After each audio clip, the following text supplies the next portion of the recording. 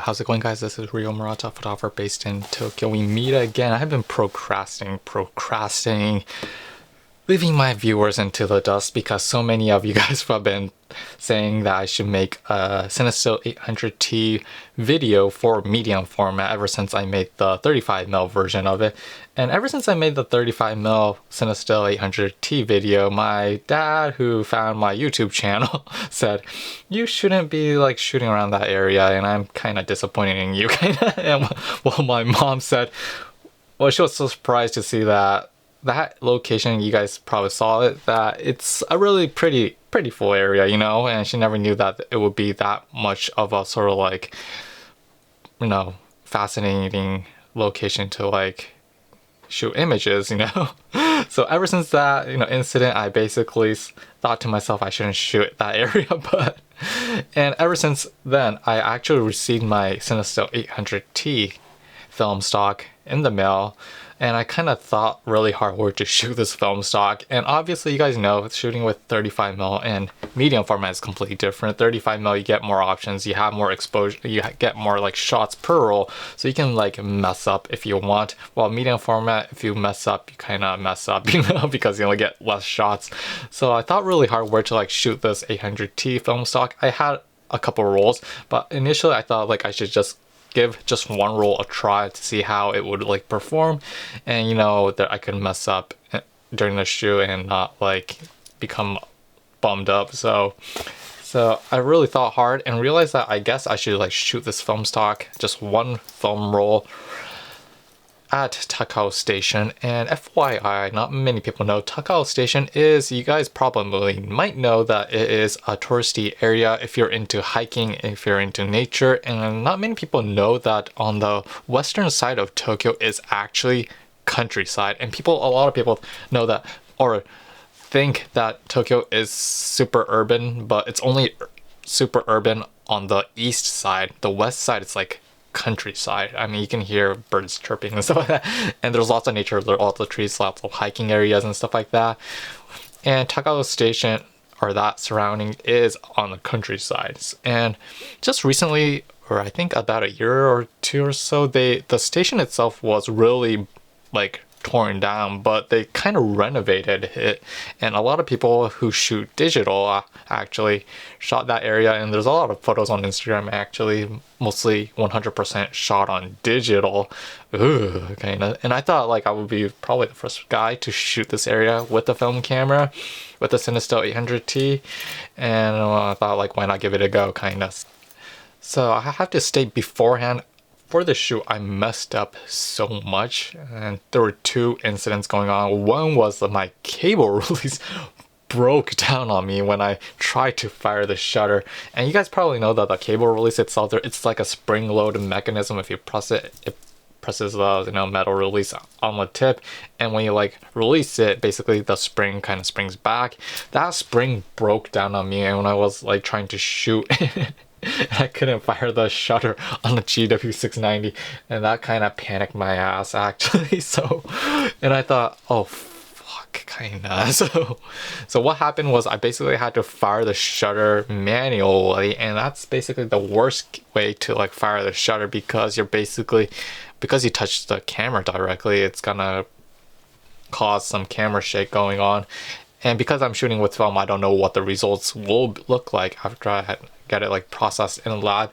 And that was number one. Number two was that I forgot about the Fuji ritual, and a lot of people know about this, don't know about this, but the Fuji ritual, especially for the GW series, is that although you can like press the shutter, in order to close it, there's only two options of doing that. And typically when you have a cable release, typically speaking, if you shoot with a 35 or any kind of medium format, when you release the shutter cable, it automatically is supposed to close down the shutter. But Fuji kind of sort of like wanted to piss everyone and say that, oh screw it, we're gonna like introduce you guys a new bulb function. Instead of having bulb, we'll give you a T functionality, which the shutter doesn't close when you release it, but in order to close it, you basically have to either wind the shutter twice, or you could choose to basically change the aperture dial to close in the shutter. And when this kind of pissed me off actually, but I had to get used to it. but I basically did not want to like wind it twice because that's much more riskier than turning the aperture dial, because when you actually like sort of like wind the Fuji GW690, 100% you're gonna induce camera shake to the camera body and you'll get a sort of like unsharp image. So I went with the aperture route, and I forgot about this ritual because after the first shot is alright basically. Oh no, I just messed up the first shot because like when I tried to fire a shutter, the cable release broke and coming up the spring broke down, and I was like, oh, messed up my first shot. And I basically fired it with my hand, and when I closed in the shutter by turning on the aperture dial to close in the shutter, and when I took the second exposure, I completely forgot to like move it back to the T section, because you basically had to move it back to the T mode to fire the shutter again, and I completely forgot about that, and was like, and it basically fired the shutter. I think the next dial was like a couple of like 2 seconds or so, I forgot, but it shot that, and I realized what happened, and I was like, oh crap, kind of. So that's something I learned from shooting with this camera, because not that I shoot often during the night, and it's actually something I learned after like shooting with this camera and with 800T. So that was actually something I wanted to mention in my video.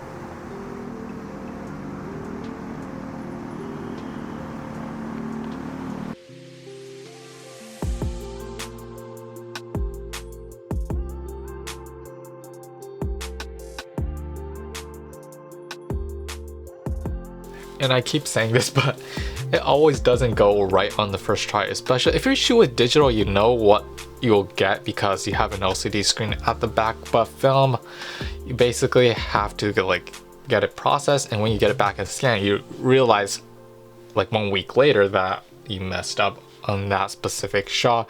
And basically that kind of burns into my head more than shooting with digital, because when you shoot with digital, on the other hand, you know the results firsthand, and you can basically revise that, you know, plan according to plan. But like film, you basically have to, it's trial and error. 1 week later you realize what you made, what kind of error you made, and you can basically refer back to it, and because you sort of like pay a portion of money for each shot, it hits you harder than digital. So that's like one of the lessons I learned shooting with the GW690.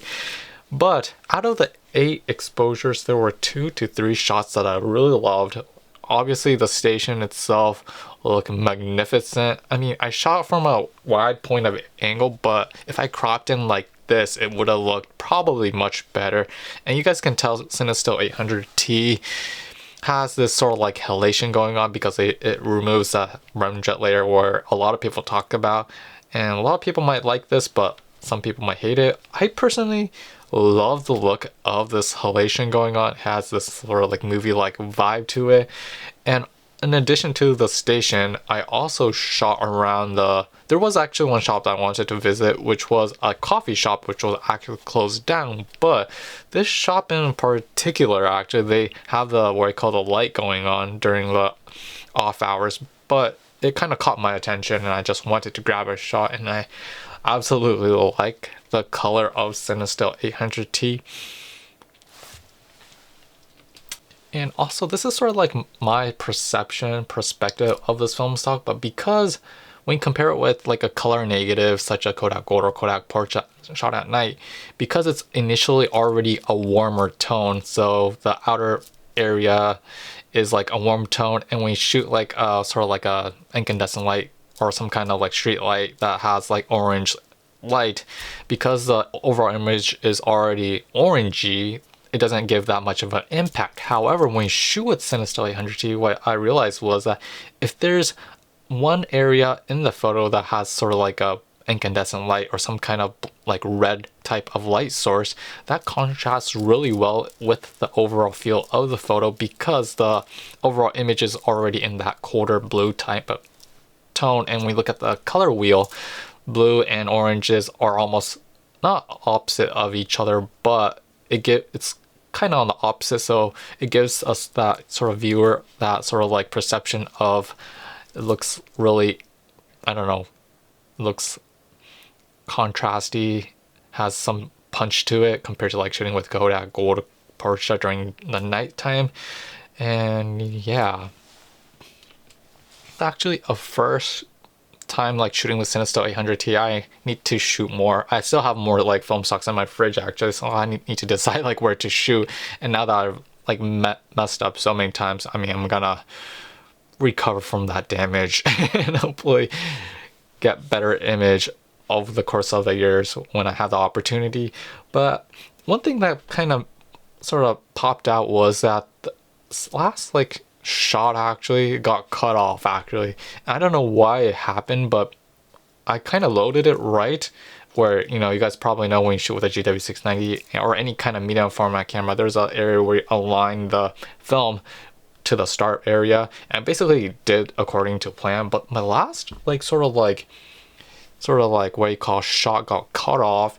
I actually love this image, and I thought like why this happened, or is there kind of reason why the last image, I mean, all the film negatives should be probably the same like length, right? So I thought everything would be like shot, but this one in particular got cut off, so that means that I probably rewinded it too fast or too quickly, I do not know. Or maybe the film negative basically like slipped and basically it did not align correctly in the end of the frame, so I don't know what happened. But this is like something that you can never achieve in digital photography world, because everything's in focus most of the time and everything's within that frame because the sensor is like capturing all the details. But film on the other hand, there's these mishap that happens in life, and it's kind of encouraging as a photographer that everything doesn't go according to plan. And probably from this experience on, I will engrave this Fuji ritual to my body and soul, and hopefully succeed in my next shoot.